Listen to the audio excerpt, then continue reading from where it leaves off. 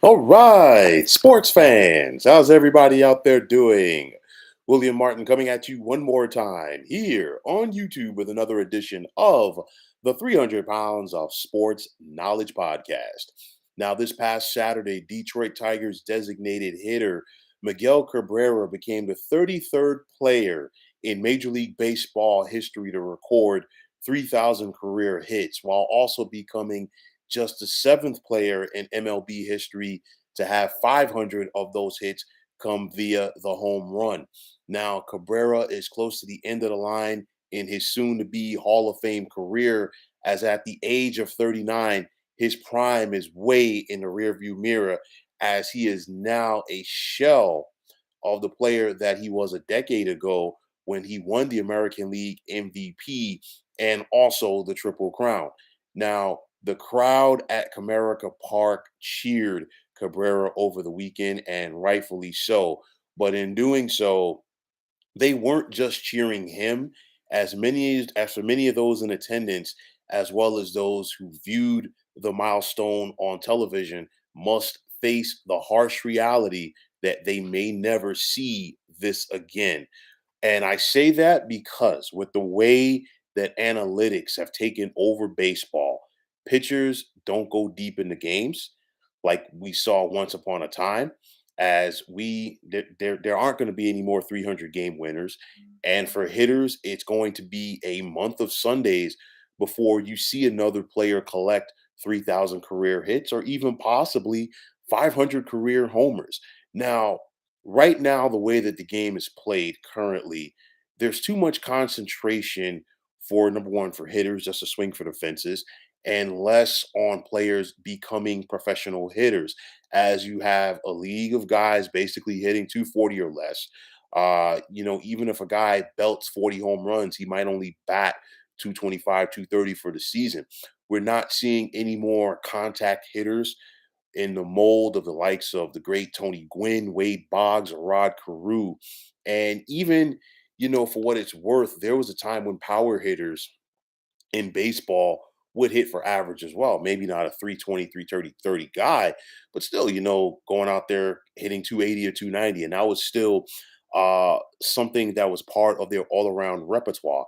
The art of the stolen base is gone as well. I mean, we're never going to see anybody, and I mean anybody, come close to touching the mark that Ricky Henderson established, or even to the level of a Lou Brock or Vince Coleman or Tim Raines, one of those elite base stealers over the years, or even a Maury Wills.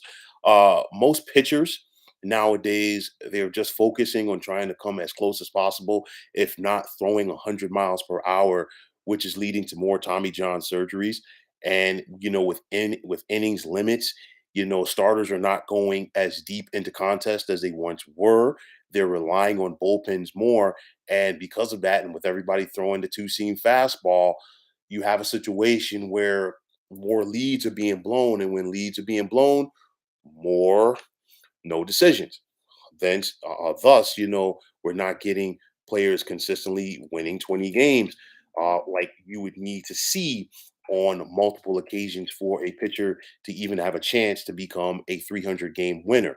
Now, for Randy Johnson, he last pitched in the majors back in 2009, and he was the last pitcher to reach the 300 pound sports. Now, I was always thinking about that, the 300 win mark career wise in Major League Baseball.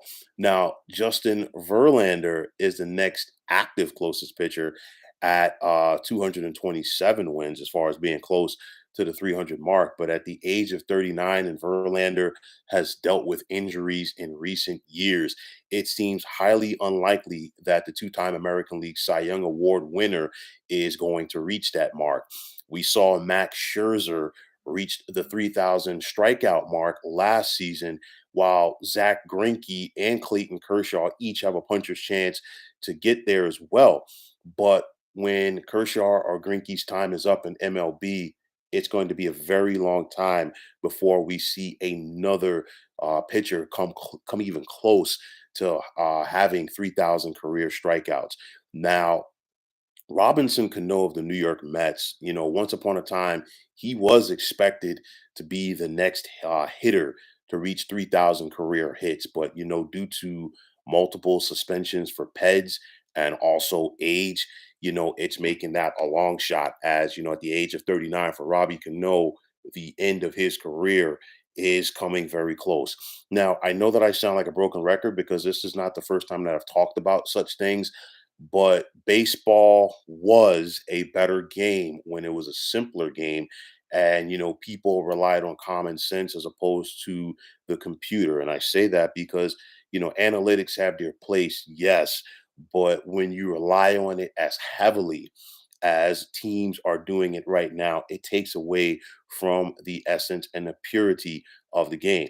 Now, getting back to hitters, you think about John Carlos Stanton of the New York Yankees. He's sitting on 350 career home runs, but can he stay healthy long enough to make a run at 500? Because he has missed time throughout his career due to injuries, whether it was with the Marlins or now with the Yankees.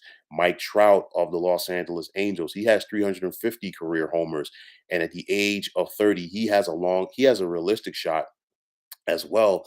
But can he stay healthy?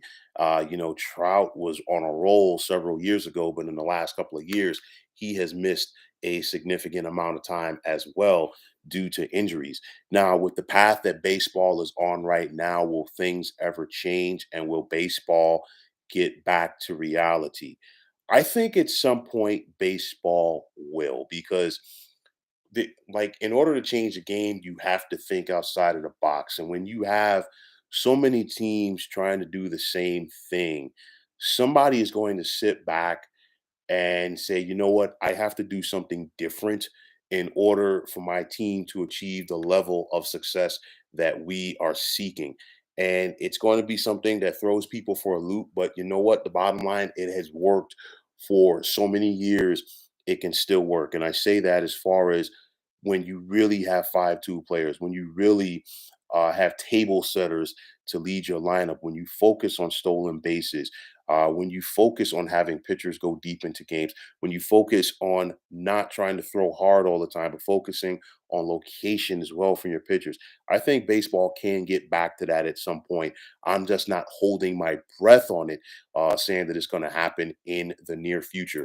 But one thing is for sure, it's going to be a while. It's going to be a month of Sundays before we see another hitter achieve the 3,000 hit mark.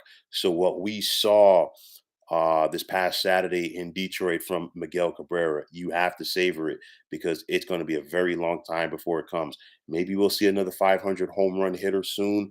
We're not going to see another 300 game winner anytime soon. And this is a darn shame because for once upon a time, these were the gold standards for both pitchers and hitters, respectively. But like I've said before, and I will say it again, analytics continues to damper the great game of baseball.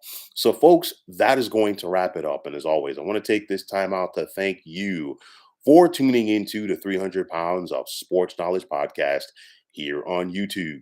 Want to take the time out to thank all of you fine folks out there for tuning in. And if you have not already, please feel free to subscribe to this channel.